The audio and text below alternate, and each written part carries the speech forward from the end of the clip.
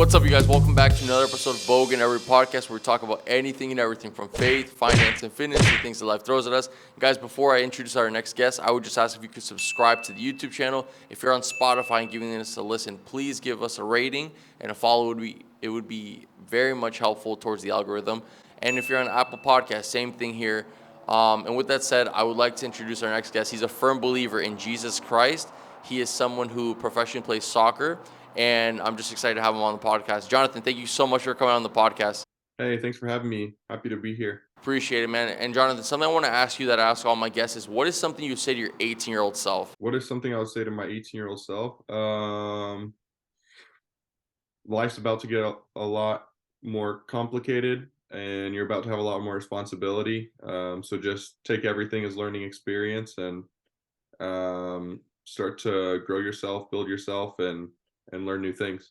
That's awesome. I love it. And, with that, what was your upbringing like, in terms of your faith, but also just like soccer and where that led you to, play professionally and stuff? Okay. Yeah, so I grew up in church, from the time I was born. My parents are both believers, and my older brother and younger sister. So we all grew up in church. I started playing soccer when I was 4 and basketball as well. Um, Loved both of those sports, played those both through 8th grade, and then ended up dropping basketball and continued with soccer just because it was getting a bit too much of a time commitment to do both. And then, yeah, played soccer all the way through high school, played in college in my hometown in Dayton, Tennessee. So I didn't go very far for college. And then kind of played in the NPSL, which is an amateur league, in the off season. And then my senior year, I played in USL League Two in the off season.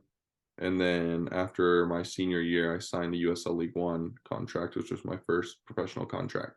And when you signed, right, what emotions, just what emotions and what were you going through in your mind as well when you were like, dang, this happened? Yeah, it was really cool. So a lot of people definitely have that dream when they're younger, like, oh, I want to be a professional athlete, or whatever their dream is. I didn't really have that. I was never really like, I don't feel like I was really ever obsessed with like being a professional athlete, being a professional soccer player.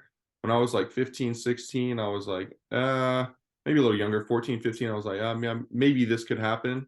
Who knows? I had some of my coaches telling me like I should try and go for it. And I was like, yeah, sure. Like, I love to play. Um, I can't picture myself doing anything else at this point. At that point when I was younger, I was like, I don't know what I want to do with my career after college and everything like that. And so I was like, yeah, just keep working hard, having fun, enjoying the game, and see where God takes me. So, yeah, signing my first contract, it was really cool. Um, I was pretty sure it was going to happen. The USL League Two team I played for, which was amateur the summer before, was connected with the League One team that I signed with in Chattanooga, Tennessee.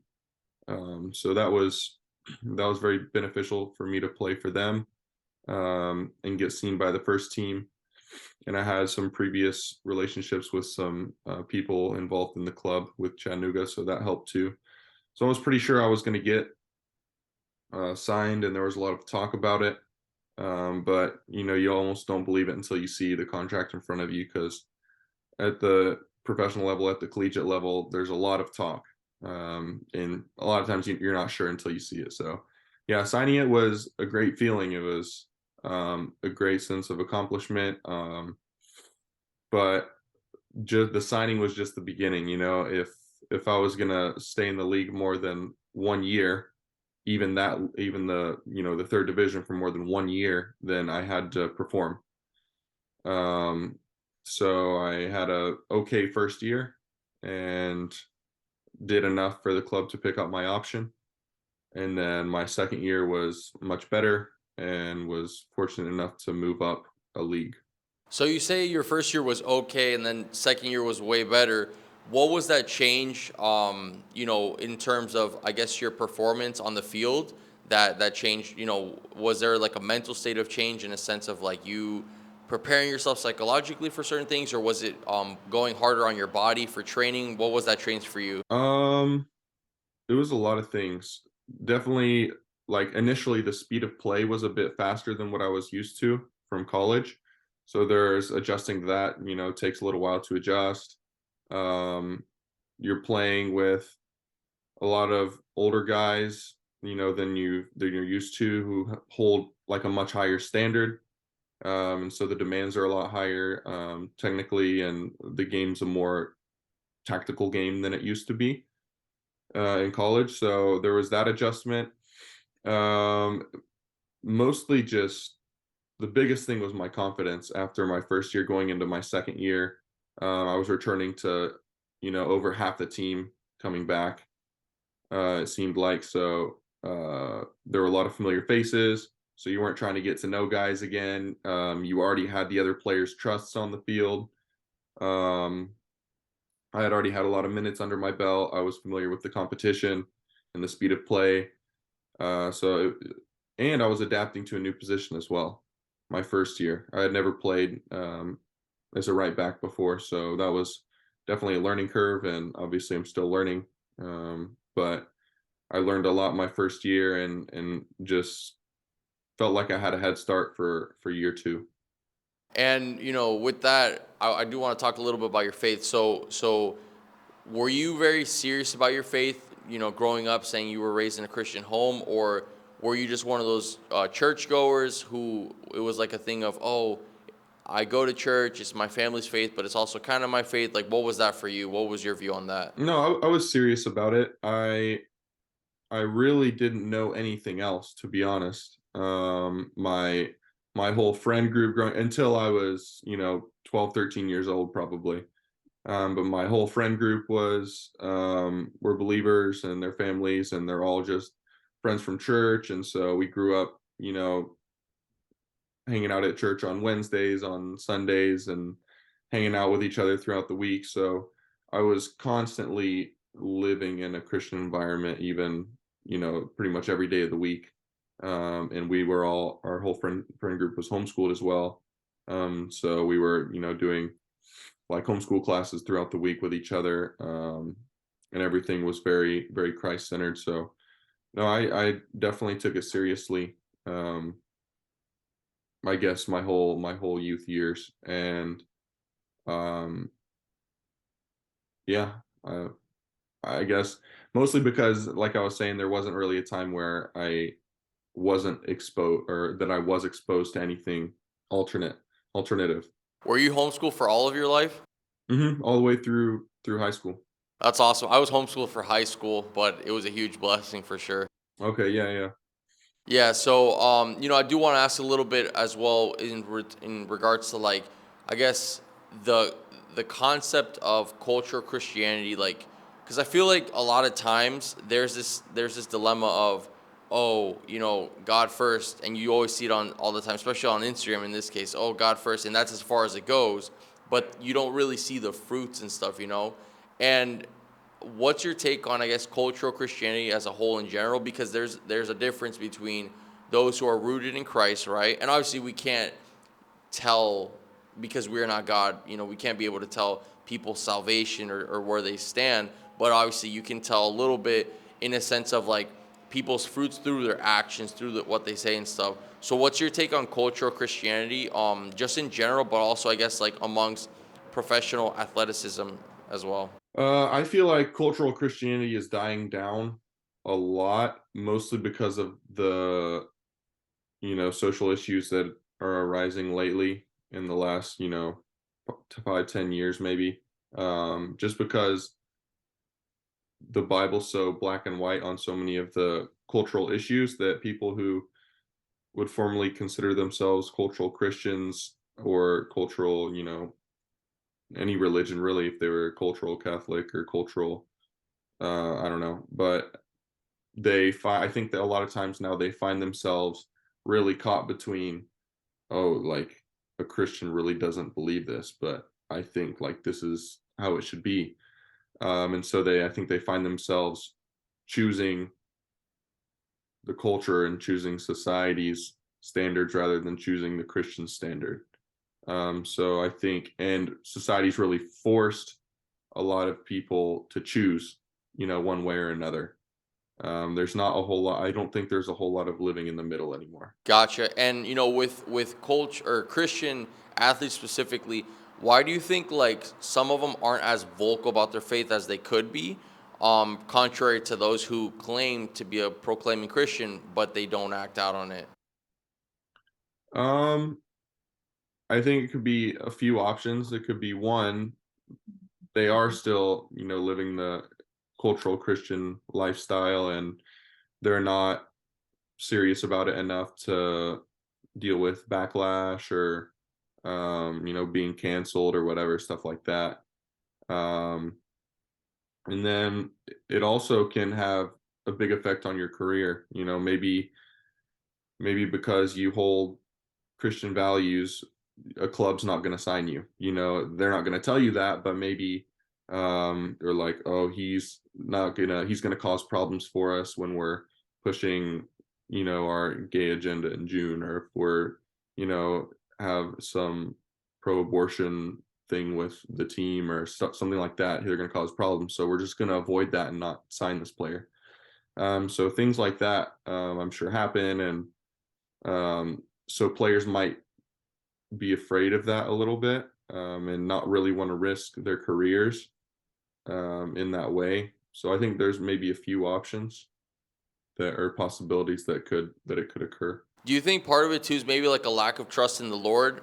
Because I'll give you two examples that are contrary to each other. So, Damian Harris, he plays for the NFL. He's a proclaiming Christian, but in this case, like like you kind of brought up, the players I believe had like different sponsors, or they were supporting different like organizations or whatever. And his thing was on his cleats was like, oh, her body, her choice. Basically, supporting the idea of abortion, right? And so, but once again, if he were like claiming, or if he weren't to be claiming Christian, that's a different story, right? But when it comes to someone, being a self-proclaiming Christian, that's not right. That's pretty much, that's very wrong, and it goes against what we believe in. But then you got people such as Jonathan Isaac who were basically like that he stood up in risk, and he at the time was in the talks of re-signing his contract with Orlando, and he stood for the national anthem. He didn't barge into the BLM garbage agenda. And so you got people such as him, but look what came out of it. It's not so much the money that's the thing. It's more so like because he was being obedient, he stood out and he was proclaiming the gospel through that time. Look how it went for him. So do you think part of it could be maybe a lack of trust in God as well, or what would you say? Yeah, definitely, definitely. And it could be a lack of trust in God, or it could be, who is it? Harris, you were talking, Damian Harris. Yeah. Yeah, so it could be, in situations like that, a lack of trust in God, or it could be just a lack of knowledge of the Bible and its teachings. Maybe he really does claim Christ, but he's been out of the word, or he hasn't been in contact or in fellowship with other Christians. So he's been away from, that kind of environment. And when you're away from that kind of environment, it's easy to kind of get pulled um, into the culture. So maybe it could be something like that too, where he's just for so long just been kind of disconnected from the Lord, and his views and mine are just being kind of changed. Yeah, I got it. And in terms of this kind of random question, but in terms of like humility, right? Because you're a pro baller, and you obviously are doing well in regards to that. What do you do to keep yourself in check? To walk in humility and to really remember to applying that First Corinthians 10:31. In the sense of like doing all for the glory and honor of God. What do you do to keep yourself walking in that sense of humility and such? Yeah, just always recognizing that it's not my life. I'm here for a short time on Earth, and it's I'm here to glorify God, and I love the game. I love to play it, but it's we're a blip on the timeline of God, and so it's just important to recognize that, and and when you do, it does more than just keep you in check. It really shines a light to others and to your teammates as well. And they start to ask questions like, I don't know, um, why is this person like this, and things like that. So it's good on so many levels, and definitely there's no reason to be arrogant or anything like that, especially at the level that I'm playing at everything like that. It's nothing big. It's definitely over glorified, and a lot of people uh don't really see that, don't really get that. But I mean, I'm just loving where I'm at, and I love to work hard and to do well and to progress. So yeah. Yeah, in terms of like I guess sharing the gospel and standing out in light, has there ever been an opportunity to where you've done that with one of your teammates? And if so, like how have they taken it? Were they like, I'll look into it, or flat out like no? Like what's that been like? So in college, not as much. I went to a small Christian college. Um, Most of my teammates definitely weren't believers, but they were getting it 3 times a week in chapel in every single one of their classes. They were a lot of them were so sick and tired of hearing the gospel that it just didn't make a whole lot of sense for me to, once they got out of chapel, for me to go talk to them about it again. And they knew where I stood, and we had great relationship, and like had great relationships with all my teammates and stuff like that. So it was never an issue, but it just seemed like in college they were, it was almost they were drinking from a fire hose sort of thing. So yeah, in college not so much. In with my first professional team, a little bit, and everyone definitely knew where I stood. Even if I didn't really, even at times if I didn't really vocalize it, just because of my actions on the field and off the field, when things were going on off the field that I did partake or didn't partake in, and things like that. So people knew where I stood, and um, that I'm a follower of Jesus. Um, and with this club, I had a teammate asking some questions at one point, and so I was just able to share a little bit, but I haven't been sought out too much, or like individually. People haven't come to me a whole lot individually. I think it's more of a for me, it's been more of a watching game. People will watch and kind of ask questions to themselves, and occasionally I get the question like, why do you believe this, or why do you believe that, and I'm able to kind of share a little bit. That's awesome. And in regards to, I guess, your spiritual discipline, what does that look like for you on a day-to-day basis? In a sense of like, do you meet up with a men's group? Do you have a devotional group? Do you journal? Like, what does that look like for you with your one-on-one time with God and just spiritual growth as a whole? So I'm kind of all over the place right now. We just moved back to Tennessee for the off season, and then we'll be back in Texas in another 2 weeks. So as far as like church and stuff, we have our church home here in Tennessee, here in Chattanooga. So we'll go on Sundays, and every other Thursday night we have like a young adults Bible study that my wife and I will go to. Um, and that's been really good. We've really enjoyed that, getting to meet a lot of younger, both younger couples and younger singles, and just had really good fellowship with them. And then that's turned into to other things, and more hanging out outside of that in groups and stuff like that. So that's been awesome. And then when we moved to Texas last February, we were in a very different church environment. Um, it was much smaller.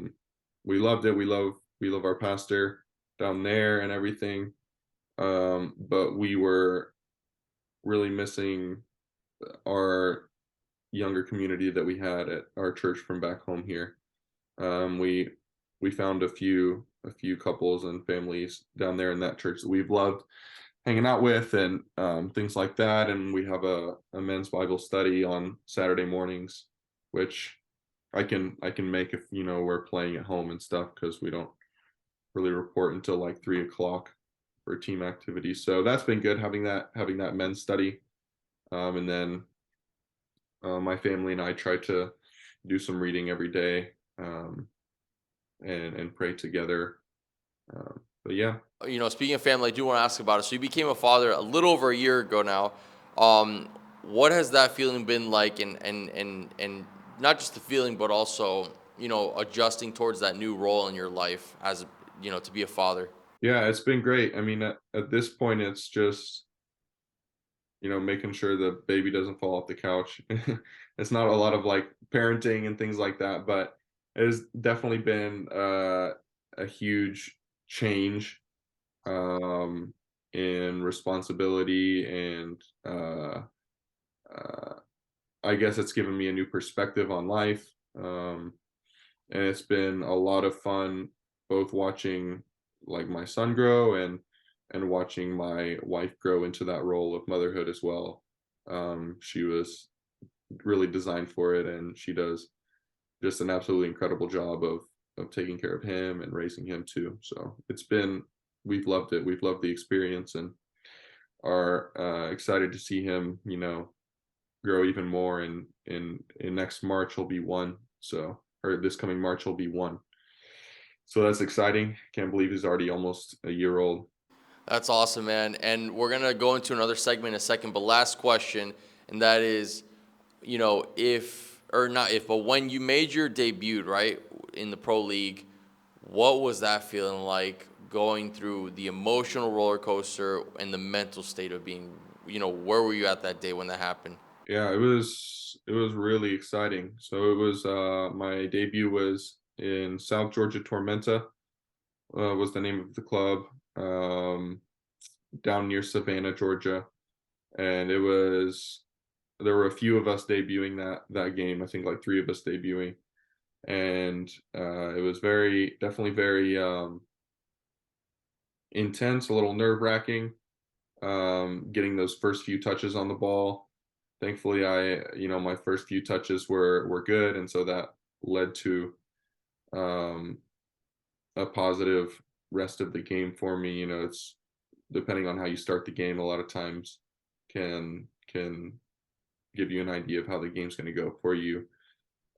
So getting those first few touches good, and winning my first few tackles and things like that were really good for me to work my way into the game and find myself in the game.